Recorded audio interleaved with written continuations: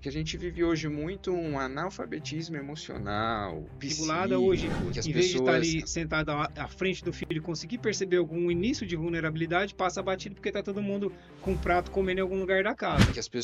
elas não têm o mínimo de orientação do que é o mínimo para se ter uma saúde psíquica. Isso me incomoda porque me mostra que essa pessoa que fala está tratando de maneira superficial uma dor profunda que as pessoas têm, né? Ela pode falar, poxa, eu acho que eu não amo meus filhos mesmo, ou então eu não amo a Deus, porque prometi parar de beber e não tô conseguindo, ou então prometi diminuir o celular, não tô conseguindo. A pessoa vai entrando num emaranhado que vai piorando. O corpo e a psique vão definhando.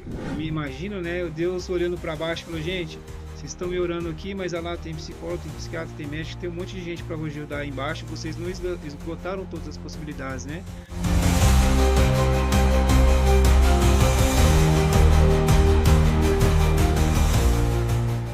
Parece inofensivo, parece até, é bom para estimular, se até desumaniza um ao outro, porque você ali tem um repertório de a mulher é um objeto. Então, você tem quadros de prejuízo por causa da pornografia, tanto bem graves como depressão, porque esse vício, essa compulsão, ela leva a um problema até neurológico, uma questão até de perca de massa cinzenta, tem um estudo com relação a isso.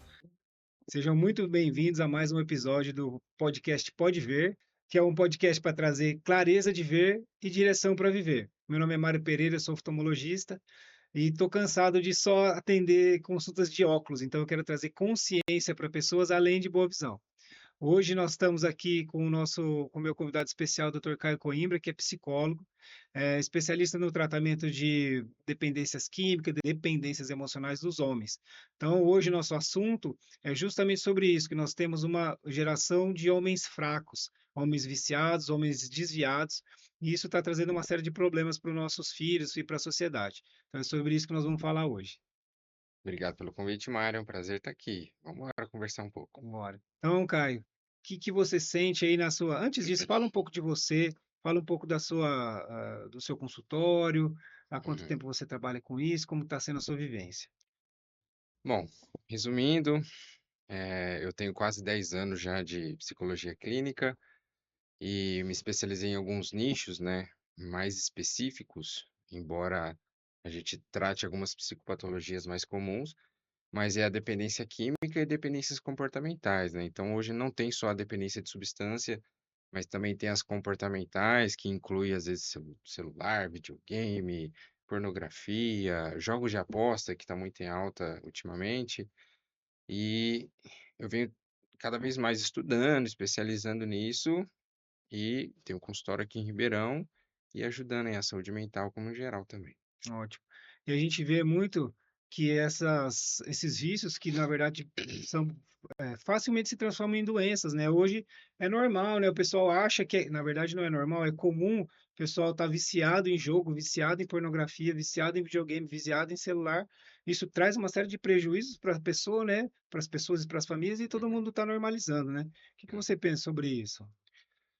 Bom, eu sempre falo que eu vejo os bastidores, né, da vida, porque se a gente vive numa era de Instagram ou de redes sociais que mostram o que deu certo, não mostra a luta, né? Mostra só o que deu certo, mostra só o lado positivo de um relacionamento e não as lutas, ou de criar um filho.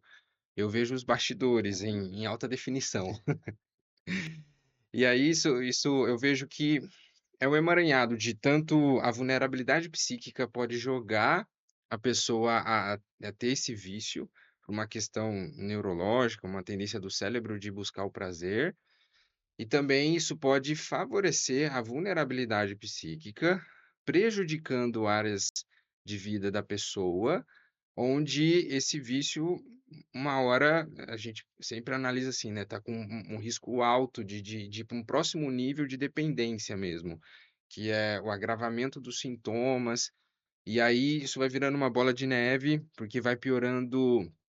O exemplo clássico é o vício vai piorando o relacionamento, Sim. trazendo mais distância numa relação conjugal. Aí gera mais conflito. A insatisfação desse relacionamento vai potencializar aquele uso de bebida, por exemplo. E aí, quando vê, a pessoa já está numa vulnerabilidade bem séria, com sintomas bem claros de que já está num nível de dependência, Geralmente, esses momentos que os homens procuram ajuda, esse é um grande déficit do mundo masculino, Ou é seja, já demorar para está buscar ajuda. já está avançado, né, então é como se fosse É, uma espiral negativa, né, um isso, ciclo vicioso que vai cada vez piorando mais até o ponto que a pessoa não s às vezes já perdeu o relacionamento, já perdeu o emprego, mas ela chega ali no fundo de poço, vamos dizer assim. exatamente.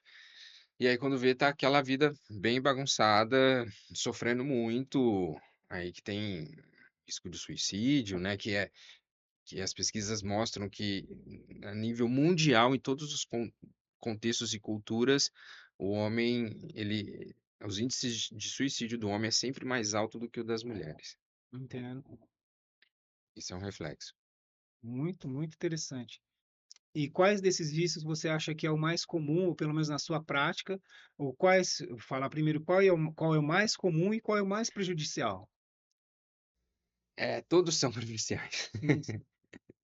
Então, assim, é até difícil entender qual que é o mais, assim, mas em termos clínicos, né, é lógico que tudo depende da vulnerabilidade que a pessoa tem, psíquica e física, mas e também dos prejuízos que as áreas de vida já estão sofrendo.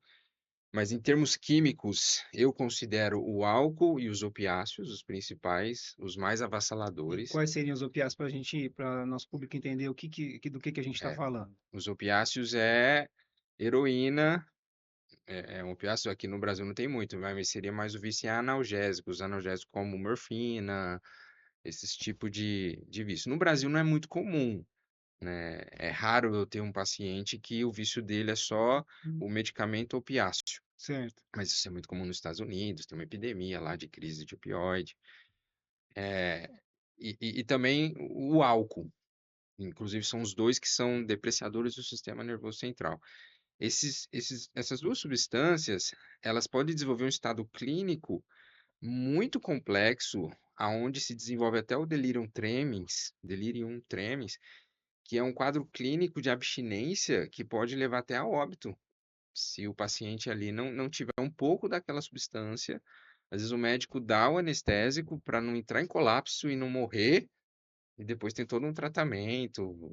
Então, em termos de substância, eu, eu diria esses dois. Mas em termos comportamentais, é que tudo depende também do nível de problema, o nível de sintomas envolto. Mas o que mais tem destaque, que eu posso pensar aqui, através da minha experiência, é a pornografia, o uso do celular, eu acho que são os dois principais, assim. Porque tem tanto em grandes quantidades e o nível de prejuízo bem expressivo, e o celular também por ser uma coisa que hoje é muito do nosso cotidiano, as pessoas também têm os seus problemas, afetam as áreas de vida, e aí demora para a pessoa entender, não, tô com um problema, tô com um vício. Porque é uma linha muito tênue, né, uma coisa que a gente usa diariamente, que é o celular, tem uma linha muito tênue do que as pessoas que trabalham, que se Uhum, comunicam, né, que estão ali criando conteúdo e tudo mais, para ela cair para o vício é muito próximo, né, muito perto, né. uhum. Lembra um pouco aí a obesidade que a gente estava conversando com o doutor Zé agora há pouco, é como a pessoa ela tem que se alimentar, e se ela tem alguma angústia, às vezes é fácil ela cair para a obesidade, né, então é Uhum. mais ou menos parecido, né. Sim, e hoje a gente está muito conectado, então, de modo muito sutil, igual praticamente todas as dependências, quando eu vejo, eu já estou com um prejuízo muito grande em alguma das minhas áreas de vida ou várias. E aí, quando eu vejo, poxa, é isso aqui mesmo, eu estou com um problema que se eu não consigo eh, me abster tão fácil daquilo, e vai Traz piorando. sofrimento para a pessoa ficar longe desse estímulo, vamos dizer assim. Tem alguma É. alteração cerebral, assim, estrutural no cérebro, esse tipo de coisa? Sim, tanto é que quando você estuda a neurobiologia dos transtornos mentais, especificamente os vícios ou compulsões ou transtornos do impulso, você vê uma série de evidências que esse cérebro ele é mais vulnerável. Mais vulnerável como? Por exemplo, há uma área que fica hipersensível com relação a dar uma vontade de ter aquela substância. É o que a gente chama, que quando isso é gatilhado, que dá uma fissura. Fissura. A fissura realmente é uma coisa, vamos dizer assim, biológica, física, não é né, às Neurobiológico. vezes a pessoa fala assim: "Ah, eu tenho que tomar vergonha na cara". Isso me incomoda, me agride, porque me mostra que essa pessoa que fala está tratando de maneira superficial uma dor profunda que as pessoas têm, né. Sim. E uma dificuldade muito grande. Então, as ressonâncias, é muito claro isso. A pessoa, ela, quando tem aquele estímulo, por exemplo, de uma imagem, ela sente um impulso num nível muito intenso, ao invés de sentir aquele impulso mais razoável, e isso mexe organicamente com várias questões emocionais e hormônios e neurotransmissores, aonde sem manejo consciente do que é a fissura, sem manejo clínico, sem mapeamento de que é gatilho, o que que não potencializa gatilho, aquela pessoa vai sempre fracassar em conseguir parar de ter aquele comportamento. É aí que vai gerando mais prejuízo, aí a pessoa começa a se cobrar, ou começa a se ela se rotula, Se sentir mais ela se culpada, julga. né. É tão dolorido ou prejudicial o julgamento do outro, né, tipo: "Ah, é falta de caráter, você falta de vergonha na cara", ou então: "Você não ama seus filhos, por isso que se você amasse, você parar de beber". Mas é muito prejudicial, mas quando a pessoa também faz isso com ela, também é muito É mais prejudicial. profundo. Que ela pode falar: "Poxa, eu acho que eu não amo meus filhos mesmo", ou então: "Eu não amo a Deus, porque prometi parar de beber e não estou conseguindo", ou então: "Prometi diminuir o celular, não estou conseguindo". E aí a pessoa vai entrando num emaranhado que vai piorando, porque o estresse hoje a gente sabe, o estresse num nível moderado, prolongado, tem questões importantes que são anti-estresse, o corpo e a psique vão definhando, o humor vai caindo. E você acha que hoje a gente vive nesse nível de estresse, que é um nível de estresse que está, assim, normalizado, é um nível de estresse que a maior parte das pessoas passam, e elas acham que é normal e estão sofrendo com isso? Hoje nós temos muitos estressores, eu acho que além de aumentar muitos estressores, muitos dos nossos dias atuais, algumas pessoas, as pessoas às vezes desenvolvem uma vulnerabilidade maior, emocionalmente. Explica um pouquinho mais essa palavra, como que a gente vê na prática diária uma pessoa que está assim, vulnerável, assim? Como que a gente vê, como a gente percebe essa vulnerabilidade e como isso atrapalha a vida da pessoa? Acho que um dos pontos centrais é essa vulnerabilidade emocional, acho que para ficar atento, ou em si mesmo, ou as pessoas próximas de mim, é uma certa insatisfação de vida. Assim, Uma sinais de insatisfação de alerta, vida, uma assim. perca de sentido, as coisas estão perdendo o brilho, coisas que eu amo, parece que tá meio chato. Ou, obviamente, se eu tenho uma tensão emocional muito intensa, desproporcional demais. Então, tô tendo uma ansiedade que, poxa, eu tô vendo que a ansiedade tá mais forte. Não condiz Antes eu com tinha, ou tá piorando, né? ou ela é muito mais intensa do que o normal, ou ela tá vindo assim, poxa, eu não sentia ansiedade nisso, agora eu tô sentindo. Entendi.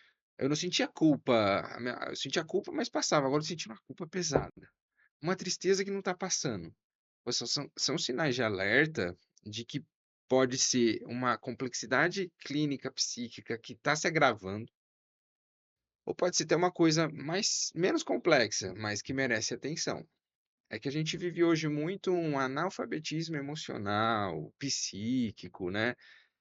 Que as pessoas, elas não têm o mínimo de orientação do que é o mínimo para se ter uma saúde psíquica, o que que é um ponto atento a ter uma vulnerabilidade emocional, como eu enxergar um pouco do que um norte para saber se meus relacionamentos estão saudáveis, principalmente com os meus filhos, ou com minha esposa, ou com meu marido, porque tudo isso conta. Sim. Só que as pessoas têm muita Como pouca consciência. como se dizia que antigamente precisava de uma vila inteira para formar um indivíduo, né, que ele ia desenvolvendo as relacionamentos ali dentro, junto com as pessoas, com os Uhum. parentes, com os tios, com os amigos, e se formava. Hoje não, né? As crianças estão conectadas a coisas, né, a telas e desconectadas entre si, às vezes até com os pais, né? Uma coisa muito sutil e que ameaça muito a nossa saúde mental, por exemplo, que as pessoas precisam, acho que, de mais orientação, é a qualidade dos nossos relacionamentos. Por quê? Isso já foi medido em vários tipos de pesquisas e mostra que um índice de saúde mental muito expressivo, muito relevante é a qualidade das relações mais profundas, que é pais, filhos ou cônjuge. Amigos entram? Sim, mas entra esse combo todo aí. Então, se eu não tenho uma atenção para ver que a qualidade do vínculo não está muito boa, está muito rasa, ou então fatores mínimos protetivos para esse relacionamento ter bastante conexão, ter bastante entrosamento, ter satisfação ali nas necessidades emocionais desse relacionamento, isso vai abrir um leque de vulnerabilidades, onde pode vir muita dor emocional, e aí se agravar com outra crise aguda que a gente pode ter na vida, um problema financeiro, uma Sim, doença, sim. alguém que morre, aí eu fico muito vulnerável aos vícios, porque aquilo vai ser um anestésico temporário, uma forma de regular minhas emoções, e aí isso pode virar um emaranhado, uma bola de neve de aumento de vulnerabilidade clínica, psíquica, onde a pessoa sofre de modo muito expressivo. Então, é como se o que você está me falando é que a falta desses relacionamentos, essa profundidade de relacionamento, deixa uma imaturidade nas relações, na capacidade da pessoa lidar com cargas negativas, né, com contrariedades da vida, e que se ela já tem ali já é fraca, vamos dizer, uma palavra meio, né, não é exatamente isso, mas ela é mais sensível, ela é mais imatura, aí acontece alguma coisa, ela não consegue lidar com aquilo e vai para os vícios. Isso, porque isso vai trazer uma dor emocional. Olha o que aconteceu muito na pandemia, que eu percebo hoje com muita clareza. Relações, por exemplo, ou entre casais, ou uma mãe ou um pai e um filho ali na adolescência, por exemplo. Veio a pandemia, e aí, ao invés de entrosar mais, porque ficou mais tempo em casa, começou a ter muito conflito e mais distanciamento emocional desse casal ou desse pai e filho. Teve muitos divórcios, inclusive, né? É. E aí, houve um monte de feridas por causa de brigas, tudo e tal, a vida voltou ao normal, mas gerou uma baita vulnerabilidade que trouxe consequências que o público mais vulnerável sofreu muito, que é crianças, idosos e adolescentes, sofreu muito mais do que os adultos, que hoje tem quando eu faço porque quando eu atendo um paciente, eu vejo na onde está o fator precipitante, onde está o valor de vulnerabilidade clínica, onde se juntou, até que ponto. E muitas hoje das minhas formulações de uma pessoa que está sofrendo, tem um agravante que se expressa nesse momento da pandemia. Entendi. E Como se aí era uma fosse relação que já estava não é que estava dolorido ou sofrendo, mas estava vulnerável. Aí veio um agravante da pandemia, tipo, piorou tudo. empurrou a ladeira abaixo, então a pessoa ela É, já está ali na borda, né, não é aquela relação excelente e tal, e vem uma coisa e dá um empurrão e ela acaba caindo, é isso? exatamente, não suportou, porque não tem fatores mínimos, orientação mínima de, tipo assim, como é que eu gerencio um casamento? Quais os pontos básicos? Como é que o básico para um ser humano que está se desenvolvendo? Como é que eu tenho que, eu tenho que atentar ao meu filho adolescente que está crescendo? Entendeu? Um norte mínimo de saúde psíquica. Sim. Isso não se tem, não se fala nas escolas, pelo menos são raríssimas, são poucas escolas que falam disso. Então, fazendo um gancho, a Maria Luísa, minha esposa, ela tem uma mentoria de mesa posta, que ela fala de maneira simples, mostra ali as etiquetas na mesa e sempre falando que é um ponto de conexão. Então, é aquele momento que a mãe senta de frente para o filho, que o pai senta de frente para o filho, um está observando o outro, e a gente tem essas conexões, a gente tem o momento de comunhão que tende a diminuir essas tensões, né? Isso também, às vezes, o pai às vezes chega cansado, a mãe chega ali, está atribulada. Hoje, em vez de estar ali sentada à frente do filho, conseguir perceber algum início de vulnerabilidade, passa batido porque está todo mundo com um prato comendo em algum lugar da casa, né? Exato. Esse é um detalhe importante, né? Eu até falo para pacientes que eu atendo em casal ou individual, que assim, é importante, por exemplo, ter um tempo de qualidade conjugal, mas não é aquele super jantar no restaurante que você vai 2 vezes no mês. É Meio importante, vá, mas mais importante é o pouco diário. A queixa que eu mais tenho, que eu tenho percebido e visto, e o que eu acho que é muito comum, é casais, por exemplo, que têm filhos pequenos e não tem tempo por casal. sim, Realmente fica difícil, né? Mas tem que, às vezes, ali lavar a louça junto, mas ter uma conexão, um diálogo mais profundo. Às vezes eu falo para alguns pacientes, ó, não tem tempo, então vocês vão estender roupa junto. Vocês vão lavar a louça junto, depois que os filhos estiver sim. dormindo. Sentar à mesa é básico. Eu tenho que ter um momento de olho no olho, eu tenho que ter um momento de fazer uma leitura emocional do filho ou do Sim. cônjuge. Eu preciso desse tempo de qualidade. É aí que Desenvolver a entra. sensibilidade, né, de olhar o outro, né? Eu vejo Exato. como oftalmologista, eu vejo que muitas pessoas estão, além dessa perda de sensibilidade, estão ali desgastando a própria visão, né, piscando menos, desenvolvendo síndrome de olho seco, que também não é tão grave quanto a desconexão pessoal, mas também é outro fator que pode trazer prejuízo para as pessoas, É. E o adoecimento psíquico potencializa o adoecimento físico e vira que inevitable. agrava o vício, a pessoa fica mais tempo ali, né? Uhum. Então, indo um pouquinho mais profundo, queria que você falasse um pouco mais dessa epidemia de pornografia que está tendo entre os homens, entre os jovens, né? Porque eu lembro que na minha época era uma coisa muito difícil. Era muito difícil ter acesso, né? Não era para todo lugar. Às vezes tinha um tio que tinha uma revista não sei aonde, e era aquela coisa, e a molecada ficava oriçada por causa de uma mulher de biquíni. Hoje não, em 2 cliques, uma criança aí de 9, 10 anos está assistindo tudo, né? Então, Uhum. como que você vê isso? Como que você vê o prejuízo disso para as próximas gerações, para as relações interhumanas entre homens e mulheres, e até mesmo de população, né? Porque diminui, né? Querendo ou não, a pessoa que está na pornografia, ela perde aquela vontade de estar com outras pessoas, né? É, aí os prejuízos são bem significativos. A gente vê então, por causa do acesso da facilidade com relação aos conteúdos e muitos pais não saberem orientar ou proteger, ou ter o mínimo de consciência, o quanto isso prejudica uma série de questões neurológicos, psíquicos, autoestima e visões de um relacionamento, visões de que é uma sexualidade, que às vezes o prejuízo aparece lá na vida conjugal íntima, porque existe um repertório disfuncional na cabeça da pessoa ali. Então, os prejuízos são, assim, eu nem sei qual que é um dos piores, assim, que é um nível de prejuízo tão, tão expressivo, mas ao mesmo tempo sutil, né? Porque parece uma coisa inofensiva, até uma coisa que eu sempre pensei, né, mas eu vi isso de um grande professor. Ele falou assim: "Não é porque o álcool é legalizado, é que ele é um pouco mais inofensivo, pelo Sim, contrário, sim.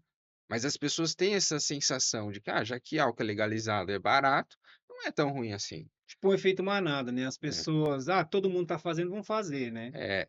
Então, se eu tomar 1 litro de pinga por semana, tá tudo bem, eu não tomo 10, eu tomo 1, mas já é uma quantidade extremamente Sim, abusiva. sim, sim, sim. Acho que a pornografia segue o mesmo rumo. Parece inofensivo, parece até, é bom para estimular. Cara, tem que ser estimulado a partir do repertório do casal e não do repertório externo de outra pessoa, em que se até desumaniza um ao outro, porque você ali tem um repertório de a mulher é um objeto, a pessoa ali é um objeto. Só daí já gera um prejuízo significativo. Então, você tem quadros de prejuízo por causa da pornografia, tanto bem graves como depressão, porque esse vício, essa compulsão, ela leva a um problema até neurológico, uma questão até de perca de massa cinzenta, são um estudo com relação a isso. Então tem alteração estrutural do cérebro por conta do abuso de pornografia. Do Sim, abuso não, né? Do contato com a pornografia. sim. E prejuízos, assim, em que a pessoa até toca a vida, até toca o relacionamento, mas não desfruta de uma qualidade que era para ser 10, fica ali numa qualidade muito mediana, 5. Isso eu considero também um grande prejuízo. É, se você também não desfruta de uma boa saúde psíquica, na minha percepção, acredito todos os psicólogos, isso também é um prejuízo, Com certeza. né? Até porque a gente acredita em Deus e que Deus ele veio para realmente nos dar vida abundante, Não assim tem como porque você tudo. aceitar um 4,5, 5, se você pode ter um 10 ou até mais, né? Sim. Uma vida plena aí. Tô entendendo. E qual seria, assim, vocês que têm ou o casal, ou os pais, qual seria o caminho mais adequado para a gente evitar esse tipo de vulnerabilidade com as crianças ou com os adolescentes, ou entre o casal mesmo? Que eu vejo que aquele casal que o marido não está 100%, na verdade, assim, aquele casal que o marido ele vê que a prioridade dele, lógico, nossa prioridade inicial, além do contato com Deus e da nosso próprio autocuidado, eu vejo que a esposa deve ser o próximo. Então, a esposa deve ser ali a prioridade número um após a espiritualidade e o autocuidado. E muitas vezes a gente vê que não é assim, né? Tem outras pessoas ali no núcleo emocional da pessoa, às vezes é o pai, às vezes é a mãe, às vezes é o Uhum. futebol, às vezes é a pornografia, essas coisas. Como seria o mais, uma vez identificado isso, né? Qual seria maneiras práticas das pessoas tentarem trabalhar isso primeiro dentro de casa e uma vez que elas não consigam, qual seria o ponto de procurar um profissional como você, ou então algum outro tipo de tratamento? O que que você sugere, assim, uma coisa bem prática para as pessoas?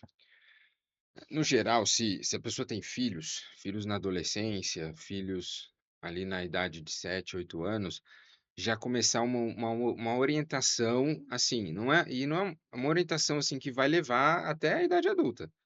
Não é meia dúzia de conversa, um filho ali de 10 anos, uma filha de 10 anos que você passa tudo que precisa passar, mas já tem que começar a conversar sobre isso, ensinar a virtude disso, ensinar a partir do que Deus diz que tem que funcionar a vida sexual, a vida íntima, ensinar a virtude por trás disso, que tem uma questão de fazer num relacionamento, que tem vínculo, que tem compromisso, porque isso mexe com as nossas emoções, mexe na ligação com o outro.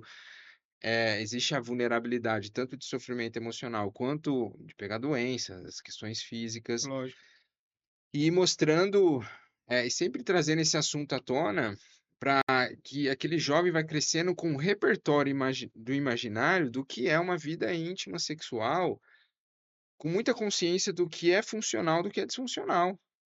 O jovem ali, ou o adolescente, ele tem que saber que aquilo é prejudicial, ele possivelmente vai se sentir tentado a isso em algum momento, ele tem que saber lidar com isso e até saber pedir ajuda quando tiver demais, sim. porque senão E ele eu vai ficar pois vulnerável.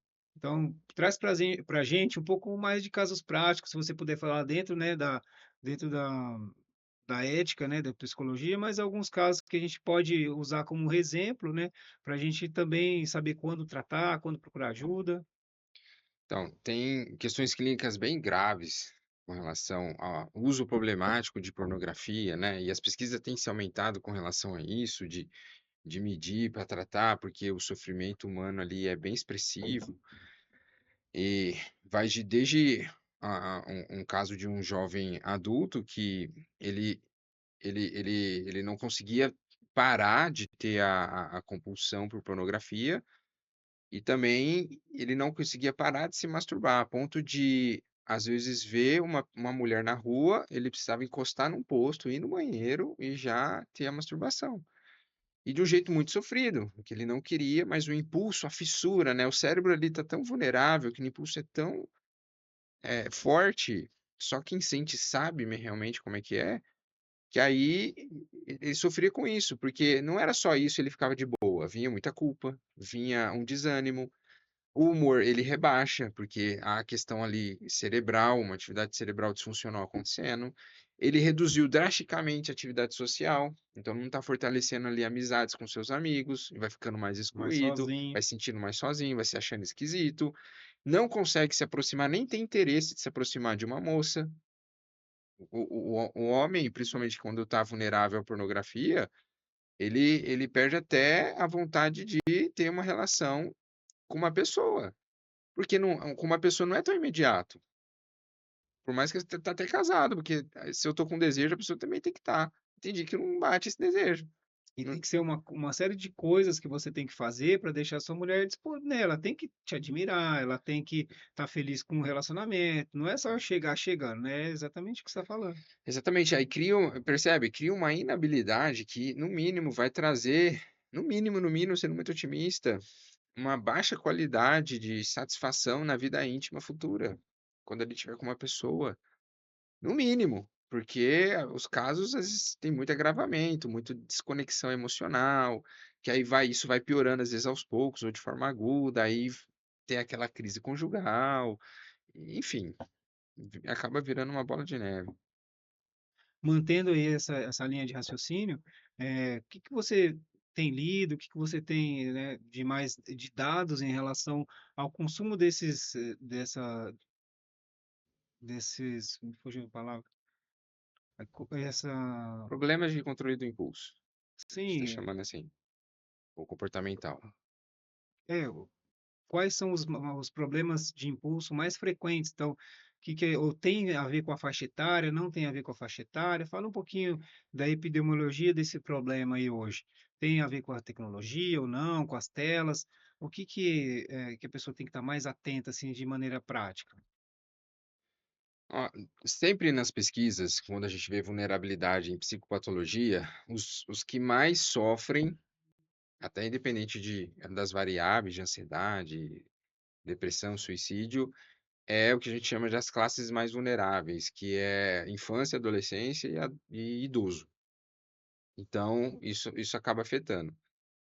O que tem crescido muito é o transtorno por descontrole do impulso, ou comportamental, por assim dizer, é que não tem só a pornografia, tem os jogos aí de apostas que aumentaram muito, isso aí tá mais evidente, né? Infelizmente, um prejuízo bem significativo. Eu sei, porque eu vejo os bastidores. É, eu tive contato com os pacientes que vieram consultar por outras coisas e às vezes a gente indica o paciente está com baixa visão, ele tem que fazer uma cirurgia de catarata, por exemplo, ele fala, doutor, eu não consigo, eu ganho até bem, mas eu gasto tudo com apostas e assim outros, né? Então você vê que é bem prejudicial, né?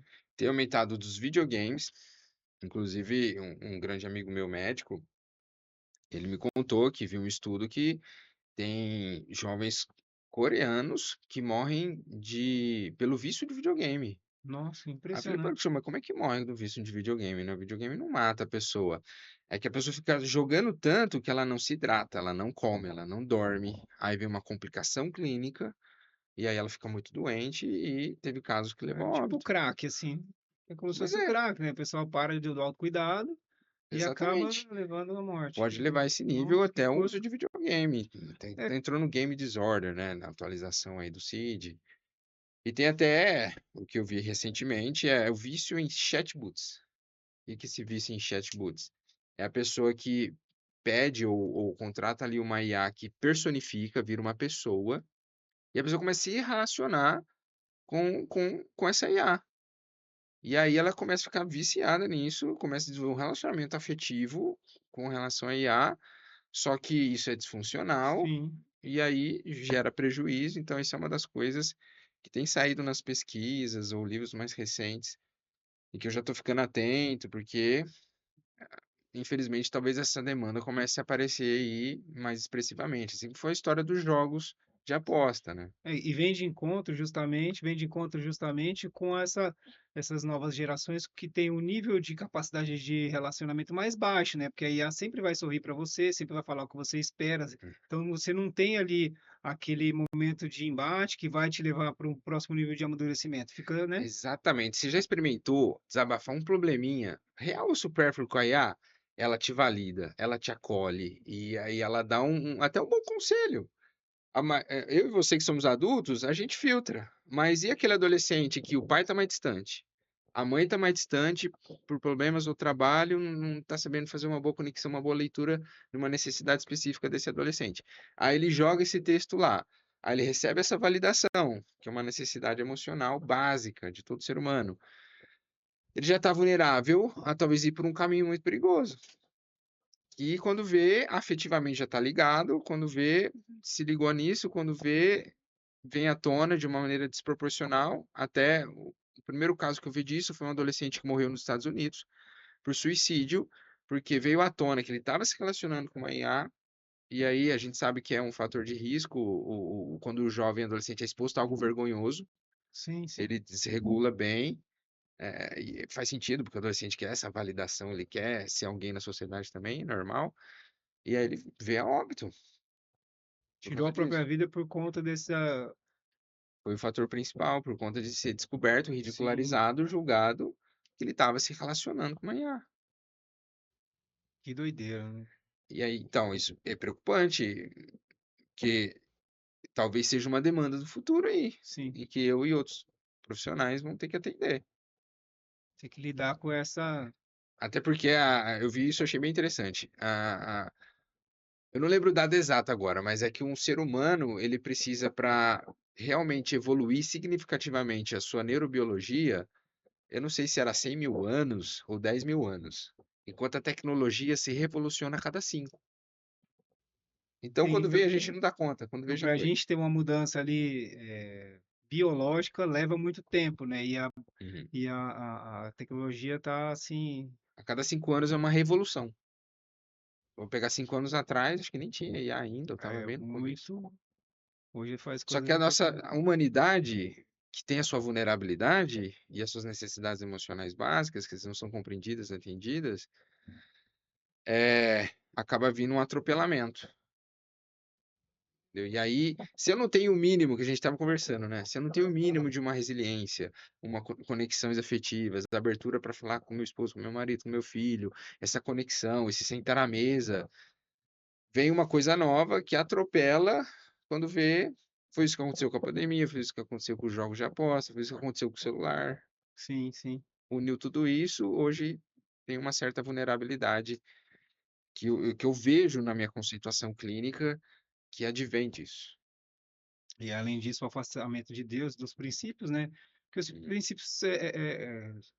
os princípios bíblicos, né? Eles estão ali justamente para nos proteger dessas coisas, né? E a pessoa que está afastada, ela nem às vezes nem conhece, né? Ou a mesma a mídia, a sociedade fala que é uma coisa negativa. Por que que você vai se tolher?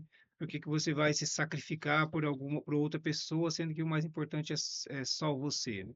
E a gente uhum, vê que não consegue desenvolver virtudes baseado nisso, né? As virtudes estão muito relacionadas aí no servir, né? uhum. Relacionadas com doar-se para os outros, lógico, sempre dentro uma questão razoável, né? Mas pelo menos para a esposa e pelos filhos é uma coisa que vale muito a pena, né? Sim, eu acho que até o ponto mais perigoso, até pegando aí aquele livro do C.S. Lewis, né, que eu esqueci o nome, mas é um demônio que vai treinar outro demônio para atingir o ser humano, né? Uma das principais armas é a distração. Então, ele não vai bater de frente assim, não, odeie sua esposa, fique com raiva dela, mas ele vai te distraindo, essa desconexão vai cada vez mais distante, distante, aí a vulnerabilidade se instala, e aí sutilmente vem uma coisa que vai virando uma bola de neve. Até porque nós temos hoje um corpo de psicólogos e psiquiatras robusto, com evidências científicas assim incontestáveis de que a espiritualidade é extremamente efetiva e importante Fundamental. para um ser humano. Até com neuroimagem, tudo. Eu esqueci agora um grande especialista de neurofisiologia, não, ele é médico especialista em neuro, que ele mostra neuroimagens significativas de como a espiritualidade ajuda, é um fator primordial ali para a saúde psíquica, e para o autocuidado e para os relacionamentos. Então isso é extremamente relevante. Muito, muito interessante, muito interessante. Eu queria que você também falasse um pouco sobre essa questão existe um estigma, né, às vezes procurar o psicólogo, procurar também psiquiatra que também se tratam da mentalidade, né, de problemas relacionados ao espírito e à alma, e também falar um pouco para os cristãos que estão nos assistindo, que às vezes também só buscam única e exclusivamente, né, na questão da religião, resolução para problemas. Eu vejo que muitas vezes eu me imagino, né, Deus olhando para baixo, falou, gente, vocês estão me orando aqui, mas lá tem psicólogo, tem psiquiatra, tem médico, tem um monte de gente para ajudar aí embaixo, vocês não esgotaram todas as possibilidades, né? E ficam aqui tentando alguma coisa mais aguda, um milagre mágico, alguma coisa assim. Então, o que que você falaria para essas pessoas? Qual que é a sua sugestão em relação a isso? Esse é um assunto bem importante. Eu acho que um ponto principal é entender que Deus quer nos relacionar conosco de uma maneira profunda e não mística, né? De aparecer, de ouvir vozes, e todo dia uma experiência super mística de ver anjos voando, sei lá. E que a experiência com Deus é também, ele atende às nossas orações e pedidos e ele usa muito as pessoas para nos ajudar. E tudo que é benéfico, tudo que é benevolente, tudo que é para o bem-estar do ser humano é uma boa dádiva, e toda boa dádiva vem de Deus. Amém. Então a medicina que quer servir ali a pessoa, fazer uma cirurgia de catarata, é uma boa dádiva, porque a pessoa vai voltar a ver melhor, e isso vem de Deus. O crescimento é dele. Na parte psíquica é a mesma coisa. Então, uma ajuda com um profissional psicólogo, ele é uma boa dádiva, lógico, o profissional que faz um bom trabalho, né? Claro. E não viola a ética, ou enfim. E é uma boa dádiva. E aí precisa-se cada vez mais conversar sobre isso para eliminar qualquer estigma de que a psicologia e o espiritual não podem dialogar. Eles podem, dialogam, assim como a medicina pode dialogar perfeitamente com a espiritualidade. Eu Concordo posso ter plenamente. diabetes Sim. e orar para Deus curar minha diabetes. E Deus pode curar, da noite para o dia, num estalar de dedos. Só que ele pode me dar condições de ter um bom tratamento, a boa dádiva daquela medicação ou daquela orientação nutricional e tal, aonde eu vou não ser curado 100% da diabetes, mas eu deixo ela estável. Se as pessoas hoje encaram isso muito bem, é onde a psicologia, na minha opinião, entra também. Eu não vou confrontar ou anular o que é a espiritualidade, eu dialogo. E tem as suas especificidades de acordo com cada um e cada demanda. Traz aí, faz aí uma amálgama, né, para trazer o melhor do paciente, né? Trabalhando junto em busca de do bem comum do paciente, né? Eu já vi relatos de experiência de cura aguda de uma enfermidade psíquica, por exemplo. Já vi, acredito 100%.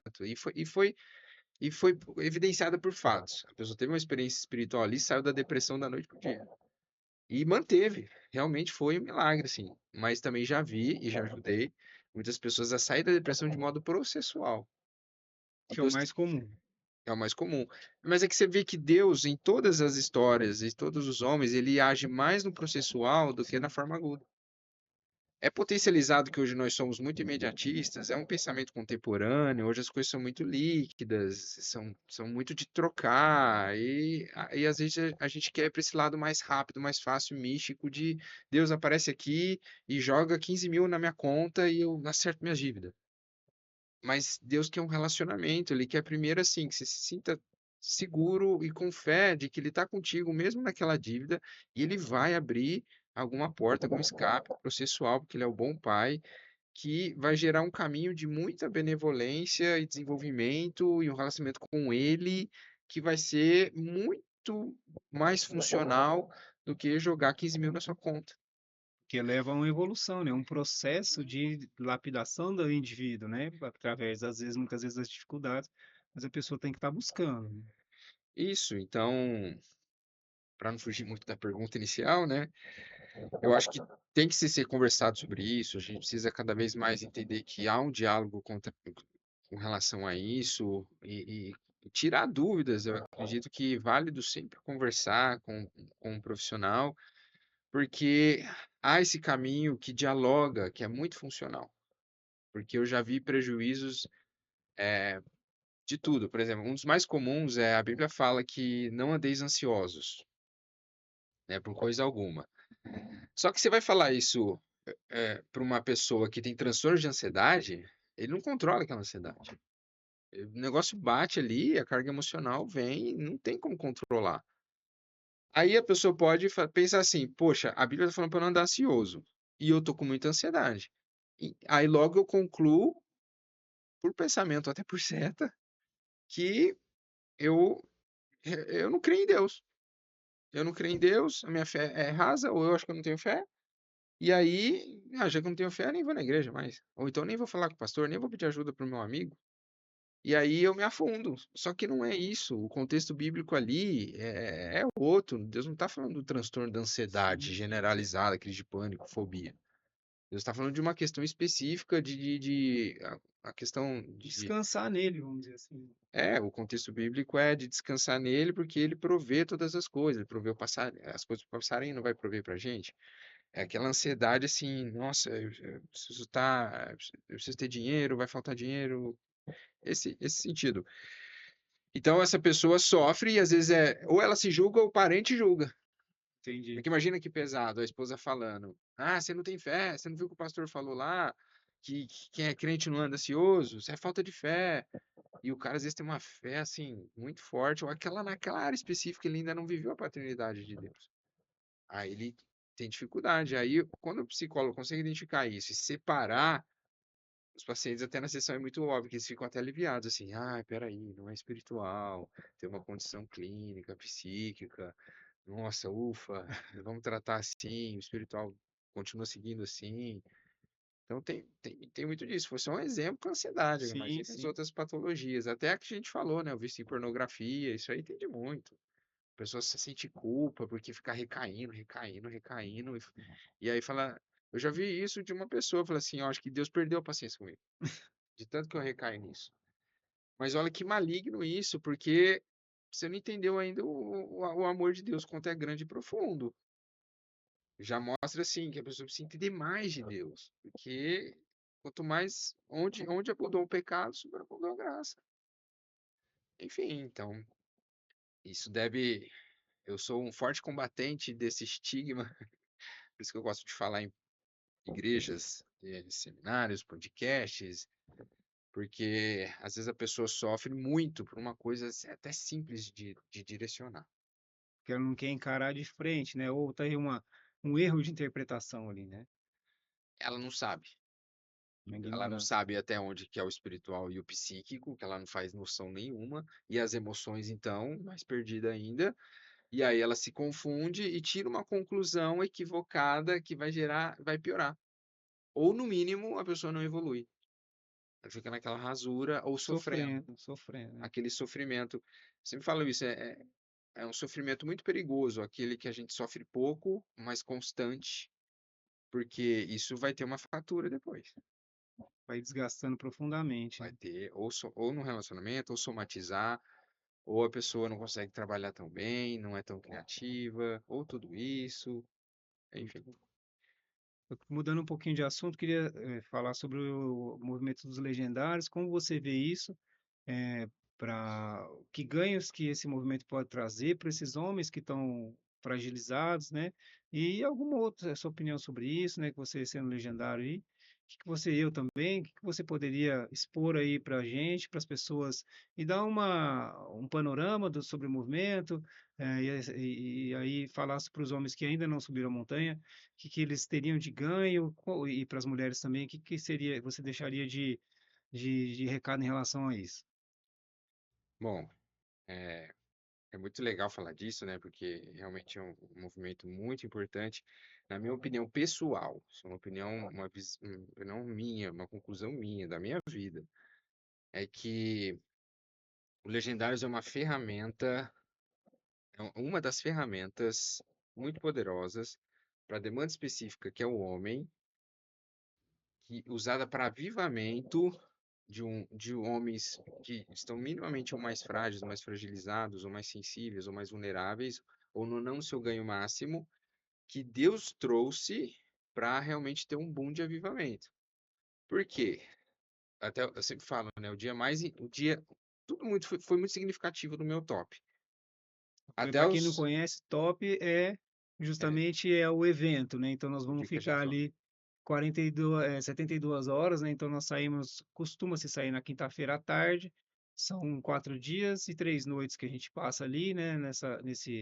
Nesse retiro, né? Nos concentrando e nos relacionando aí com uns com os outros e com Deus, e em busca de Cristo. E nós voltamos no domingo à tarde, né? Isso a gente chama de top, esse evento, né? Então, aí na minha opinião pessoal,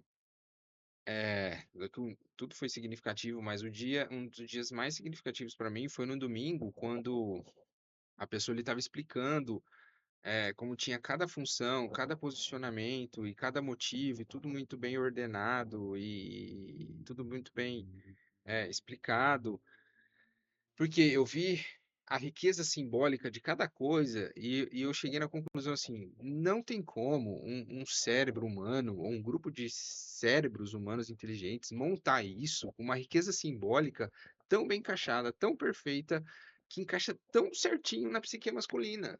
Cara, isso é impossível alguém montar isso. Então, assim, cara, Deus é que montou isso mesmo. Deus é Ativação psíquica, física, espiritual, né? é um a gente que estuda a mente humana, ela sabe, assim, tem tanta riqueza simbólica ali, coerente, bem amarrada, bem finalizada, assim, que você fala assim, cara, não tem como um homem ou um grupo de pessoas montar isso com tanta coesão. Ainda mais no dia de hoje, que a gente trabalha com celular, todo homem tem uma vida ativa laboral, pelo menos vai vir a ter ou tem, e você sair, desconectar de tudo e realmente ter ali um momento mais expressivo, o seu papel posicionado ali, que você é direcionado para o contexto da família, e de ajudar uns aos outros, enfim, né? Vou falar, cada detalhe vira uma explicação. Mas é uma riqueza simbólica tão grande que você, cara, não tem como isso ser feito por homens. Realmente Deus fez isso. E é uma ferramenta de avivamento onde eu vivo muito, muito, muito dos frutos, né? Depois que eu passei pelo tom. Da minha vida, da minha família. E quais Né? seriam esses os frutos, os ganhos mais expressivos assim que você sentiu depois que você desceu da montanha? Principalmente quem eu sou e a força que eu tenho nele. Que eu não preciso basear na minha força, mas eu tenho um Deus que está comigo, que me fortalece e que eu posso e quero e sou quem ele diz que eu sou filho dele e que eu cuido sim da minha família, e que eu cuido sim do meu filho. Eu tenho ali minhas questões de ser um bom marido e, e ele está comigo. Então me levou para um nível mais profundo que gerou outros pontos positivos e outras vivências espirituais, né? Por isso que a gente sempre bate na tecla que é uma ferramenta, né? Porque a ferramenta nunca é maior do que a obra, Sim, né? E foi muito relevante. Eu já estava trabalhando em muitas coisas na minha vida, aí com o Top parece que amarrou. Até a compreensão, né? Eu estava estudando muito essa questão de arquétipos psíquicos masculinos, arquétipo psíquico feminino. Tava numa imersão assim violenta. Aí vem um Top, eu falei, nossa, entendi tudo. na prática, né? É, Viu ali as transformações, né? então foi muito marcante. Então, homens que estão me ouvindo e não foram ainda, eu aconselho assim, cara, esquece o que o outro fala, o que a mídia fala, tenha a sua experiência, tenha a sua Esquece vivência. placa de igreja, né? Não fica com É, preconceito, porque quem não quer sair daqui e ir para o próximo nível, né, em 4 dias, né? Não é, é uma promessa vazia. Eu também vivi isso na minha vida. Com o meu entrada no Legendário, minha esposa que me colocou lá, ela me deu de presente, falou: "Ó, comprei para você o Legendário", nem sabia o que que era. Peguei o papel, joguei de lado, ela falou assim: "É bom você dar uma olhadinha no que é, parece que é meio pesado, pesado do ponto de vista físico". Daí eu fui e para mim foi também muito transformador. E eu acho que ali o que a gente faz, uma das coisas mais importantes é viver o presente, né? Porque a gente não pode levar o celular, não pode ficar com conversa fiada, não leva relógio. E aí a gente tem que viver o presente. Cada passo é importante. O cara que está na sua frente, você tem que estar olhando por ele. O cara que está atrás está olhando por você. Então você vive o presente ali. Você tem essa ativação, né? A gente forma novas conexões com o pessoal que está ao redor, que a gente chama de família. E tudo isso vai ativando. E quando você desce a montanha, você entende que você está aqui para cuidar, né? O homem está aqui para cuidar da esposa, para cuidar dos filhos, né?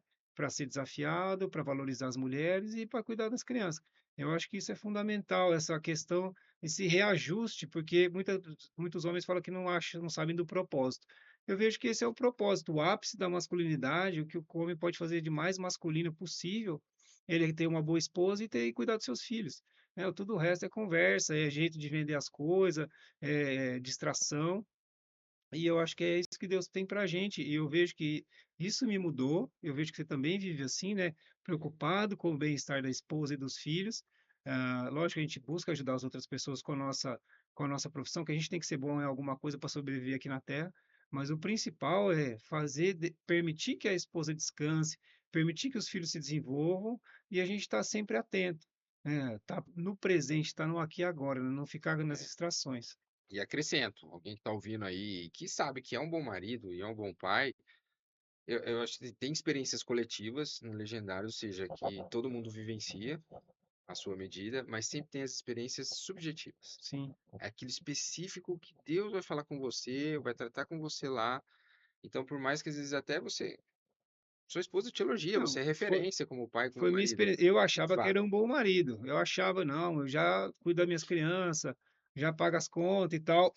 Mas minha experiência lá foi transformadora. Eu vi que tinha muito a melhorar e a gente vem buscando, né? Tanto que nós subimos várias vezes. Eu subi mais de 10 vezes, também subi várias vezes. E cada experiência nova é um degrau que a gente vai ficando mais perto, né? Exatamente. Então tem especificidades, tem a sua experiência para viver. E viva. Não é que Deus só tá lá também, mas tem uma especificidade lá. E aquele ponto, né? Vamos jogar real. Um homem profissionalmente engajado tem 4 dias para tirar, para ter uma imersão 100% na espiritualidade? Ou às vezes ele nem sabe como fazer isso sozinho, ele precisa de uma equipe ou alguém que está conduzindo. Sim, sim, É a, é a proposta que percebe que é muito, encaixa certinho no homem contemporâneo. sim, Porque qual homem adulto que é saudável, minimamente, psiquicamente falando, que não tem esse tempo ou sabe conduzir isso? Talvez até tenha, mas é raro. sim. A gente não está falando da maioria da população. E lá no Legendários também tem essa questão dos outros homens que estão buscando mesmo. Então é como se a gente tá inserido em alguma coisa, o cara não está sozinho. Uhum. E Exato, essas relações que a gente cria ali também tem muita cura, né? Tanto para a gente quanto para os outros, né? Cria um exatamente. momento de vulnerabilidade que às vezes o homem muitas vezes não pode falar para ninguém. Às vezes ele não tem a consciência de procurar um psicólogo, aí ele não pode falar para os parentes, que os parentes vão julgar ele, e ele também não pode falar para a esposa, que vai achar que ele é fraco. E ele fica guardando, né, aquelas coisas ali, aquela efervescência que traz é, resultados ruins para ele, né? E lá no Legendado muitas vezes a gente tem esse momento que para um é mais fácil de falar, e aí uma vez que um falou, né, de alguma vulnerabilidade, o outro também consegue se falar e se curar, né? Exato, ouvir dificuldades e demandas de outros homens que você queria aquela questão de, poxa, eu me identifico, me compadeço e também penso, sigo essa orientação. Então, cada parte, assim, é extraordinário e nada se exclui. Tudo ali está muito bem conectado, faz sentido, está bem amarrado daquele jeito extraordinário que eu percebi. Por isso, homens usufruem dessa ferramenta. Deus tem uma Fala para a experiência. câmera lá. Homens É. desfrutem dessa ferramenta. Há uma vivência específica de Deus para você lá. E se você ficou interessado no Legendários, tem o site que é o www.legendarios.com. Se não me engano, é .com. Agora a gente podia ver depois e colocar. Lá você vai consegue colocar, tem todas as bases do Brasil inteiro e do mundo inteiro, na verdade. Você pode escolher uma para você ir. Se você for da região de Ribeirão Preto, ou aqui interior paulista, fica com o nosso convite, né? Dia 28, 29, 30 e Nossa, 1º top. de junho. Nós vamos ter o nosso top, que aqui é uma bênção, uma região maravilhosa. E eu falo que esse top de maio é o mais agradável, porque não chove, não está muito quente, não está muito frio. E às vezes é um passeio, né? Lógico que tem todos os desafios, mas a questão do clima, assim, é maravilhosa. É, isso aí. Caio, eu queria que você compartilhasse com a gente alguma reflexão, algum momento de epifania que você teve na sua vida, que você demorou muito tempo para perceber ou para conseguir, para perceber mesmo, e que aquilo mudou a sua mentalidade, te fez evoluir. Compartilhe um pouco com a gente esse tipo de coisa. Tem algumas bem importantes, né, que eu já vivi e eu quero um pouco compartilhar uma delas, que é, que é uma coisa que eu vejo muito hoje também. Que assim, é a gente se preocupar muito com o trabalho ou trabalhar demais e ficar muito bitolado nisso. Só que eu digo que sempre o homem que não consegue se desconectar tão fácil das preocupações de trabalho ou de finanças, e aí ele sempre está ali violando o autocuidado, como trabalhando muito, não dormindo direito, não fazendo atividade física, ou então diminuindo o tempo de qualidade com a família ou com a sua igreja, família da igreja local. É, tem alguma vulnerabilidade com relação a isso? Eu consegui ver em mim isso, que é porque nós psicólogos, a gente vai estudando a mente humana, a gente começa a perceber as nossas Sim. vulnerabilidades também. E aí, percebendo isso, e também a estrutura principal, que é exercer a fé e o descanso em Deus, de que Deus vai sempre manter-me como um bom provedor, sim, é um grande divisor de águas. Ou seja, você perceber que o trabalho não é o principal da vida, né? Não é a prioridade número um, né? Isso, Que está ali depositando em Deus, não depositar apenas na força do braço, mas depositar em Deus essa certeza de que as coisas vão funcionar bem, é o isso. que traz aí essa paz, é isso? Isso, e aí não se perder em ou focar muito naquela quantidade de dinheiro, ou naquele status profissional, ou esses dois pontos. Mas não é que eu não possa almejar isso, mas isso é desbalancear minha vida, aonde eu vou violando meu autocuidado, meu tempo com a família, meu tempo com Deus, e eu não consigo despriorizar isso, ou quando eu tento, minha mente não desliga. Já vi pacientes que, assim, não, eu preciso relaxar mais, eu preciso cuidar de mim mais, então vou tirar esse sábado para descansar, mas a mente não desliga. Não que essa mente que não desliga não significa talvez que é uma vulnerabilidade psíquica, né, mas não vamos transformar isso num julgamento. Eu não entendi muito bem, esclarece um pouco É mais. tipo assim, é uma às vezes eu não consigo me importar tanto, por exemplo, com o dinheiro, embora eu já entendi que eu devo descansar em Deus, já entendi que Deus vai prover, só que o meu emocional eu não consigo. Eu tô ali passeando, mas eu fico assim: "Ah, mas e o dinheiro? Eu preciso ter mais dinheiro, preciso ter mais dinheiro". Ou seja, não é por escolha racional, como se fosse um botão que eu desligo, Sim, tô entendendo. entendeu? Às vezes a pessoa, ela fala assim: "Não, tô trabalhando demais, preciso me importar mais com as pessoas, com as minhas famílias, com Deus, vou tirar o pé". Só que aí racionalmente ela tira, mas emocionalmente ela não desliga. Tô entendendo. Isso pode ser um indicativo de uma vulnerabilidade psíquica que precisa ser analisada, compreendida, e não julgada, porque às vezes não é tão simples, porque se é uma vulnerabilidade profunda, a pessoa não consegue se desligar. E na maioria dos casos é. No meu caso foi. E aí, entendendo o que é, e somado a um nível mais profundo de fé em Deus, de que é Ele quem cuida das minhas finanças, dos meus trabalhos, de tudo, desde se o cliente vai me pagar ou não, ou vai mudar de psicólogo, até que estrutura a carreira, o fluxo, enfim, tudo. Aí se experimenta um nível muito funcional de descanso, de leveza, de vida plena, porque fica tudo muito leve. Você sabe que Deus está cuidando e aquilo não representa quem você é. E aí eu experimento isso. A hora que eu tô no desfrute da minha família, eu tô pleno. Então, tira aquela incerteza, né? E a incerteza pode nos levar àquela luta ou fuga e a gente fica sempre no alerta, com a luz vermelha acesa, e isso desgasta. Então, é isso, Isso. quando você atinge aquela maturidade, aquele nível de fé mesmo, a palavra de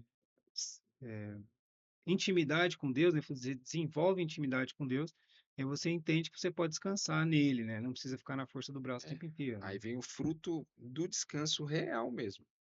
Que aumenta a produtividade, aumenta tudo que o cara faz descansado, vamos dizer assim, né? Aí ele entra num ciclo muito funcional e virtuoso que quanto mais trabalha, descansa, vida leve, mais criativo, mais profundo, porque as funções cognitivas, elas reduzem a capacidade com o estresse. Sim. Minha memória fica afetada, a aprendizagem, a atenção seletiva, pensamento reflexivo fica mais limitado.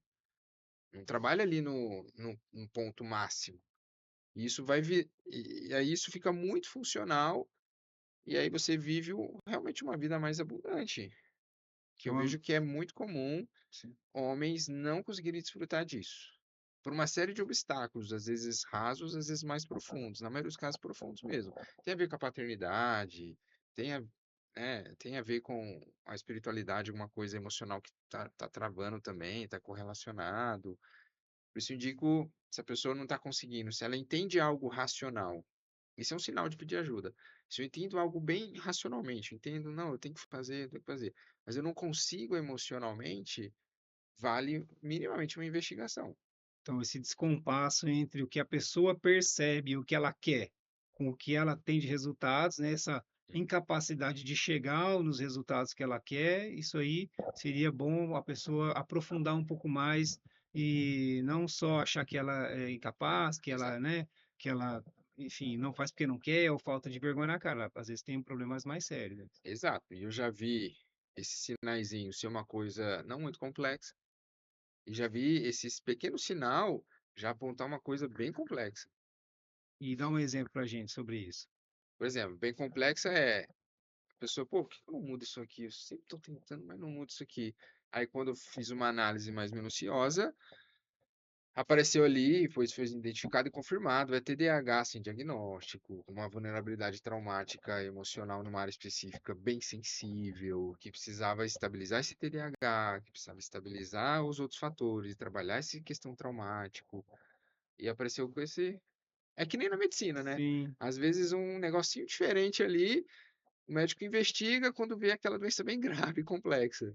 Às vezes não. então é bom a gente ter sensibilidade, estar sempre atento a nós mesmos e às outras pessoas próximas da gente para pequenas alterações já tentar buscar ajuda. Isso. Não vamos ficar sempre em estado de alerta e não Lógico. sofrer a vida. Mas minimamente, tipo, aquilo que você tenta mudar e não consegue. E você já orou com isso, pediu ajuda, aconselhamento, tentou. Você, cara, não tá dando e o nível de prejuízo está aumentando. Vale a pena a investigação. E muitas vezes está no subconsciente e a pessoa não consegue se livrar daquilo. É, porque ninguém consegue, a não ser quem estudou, e até quem estudou tem uma visão, um ponto cego, ver a própria vulnerabilidade. Preciso do outro. Sim, Preciso de alguém sim. de fora. Até meu emocional potencializa esse meu ponto cego.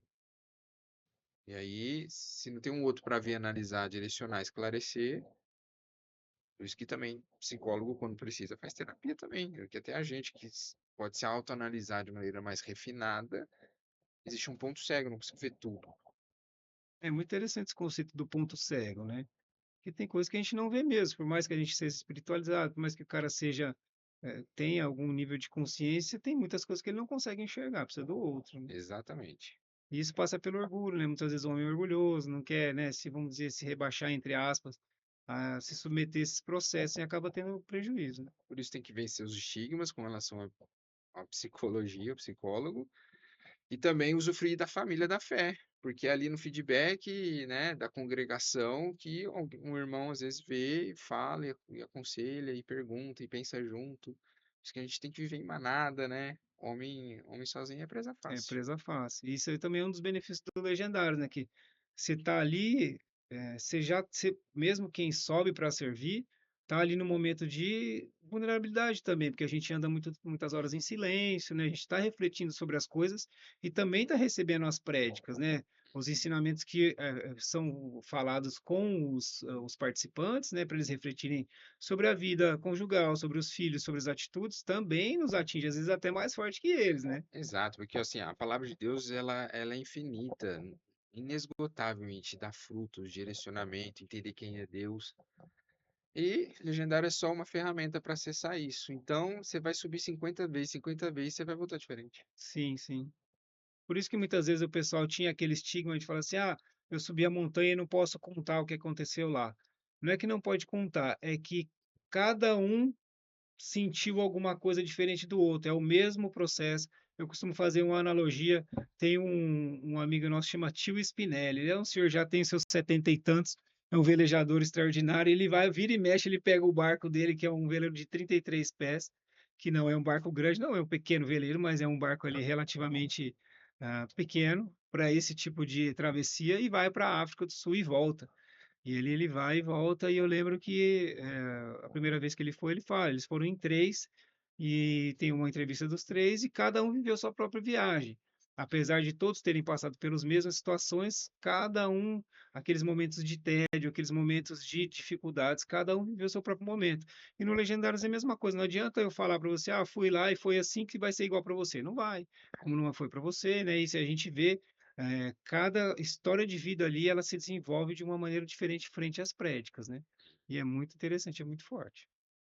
Para terminar então aqui, se você sentiu algum tipo dessas vulnerabilidades, está tentando fazer alguma coisa e não consegue, né, racionalmente você entende que você precisa fazer qualquer coisa, seja, trabalhar de um modo diferente, emagrecer, buscar algum tipo de coisa que você não está conseguindo, conte com o Caio aqui para te ajudar, né? Ele está no Instagram, fala sua conta, é arroba, É Caio Coimbra, psicólogo. então pronto. Se também da parte oftalmológica você precisar de alguma coisa, pode contar comigo, é arroba DR Mário Pereira, pode contar com a gente. E queria te agradecer muito, porque o trabalho que você faz é fantástico aí de ajudar as pessoas, ajudar os homens. O que eu vejo é que esse tipo de tratamento, ele é além do homem. Então, o homem volta para casa melhor, trabalha melhor, ensina, educa melhor os seus filhos. Então, é um trabalho que vai além das gerações. Então, é fundamental. Quero te parabenizar em relação a isso. Parabéns mesmo. Deus continue te abençoando muito. Amém. Obrigado. Foi um prazer estar aqui e poder contribuir. Aceito o convite mais vezes Com para a gente certeza. aprofundar em temas específicos. Espero poder ter ajudado na orientação e esclarecimento de alguns pontos, né? Todo mundo que vai ouvir. E me coloco à disposição. Meu trabalho também é meu propósito de vida. E estou muito feliz de poder estar aqui. Amém, amém. Se você gostou do nosso conteúdo, compartilha, segue a gente, ativa o sininho, que isso ajuda muito não só a gente, mas ajuda muito a chegar essa mensagem para as outras pessoas. Tchau, pessoal. Até mais. Até mais. Até o próximo episódio.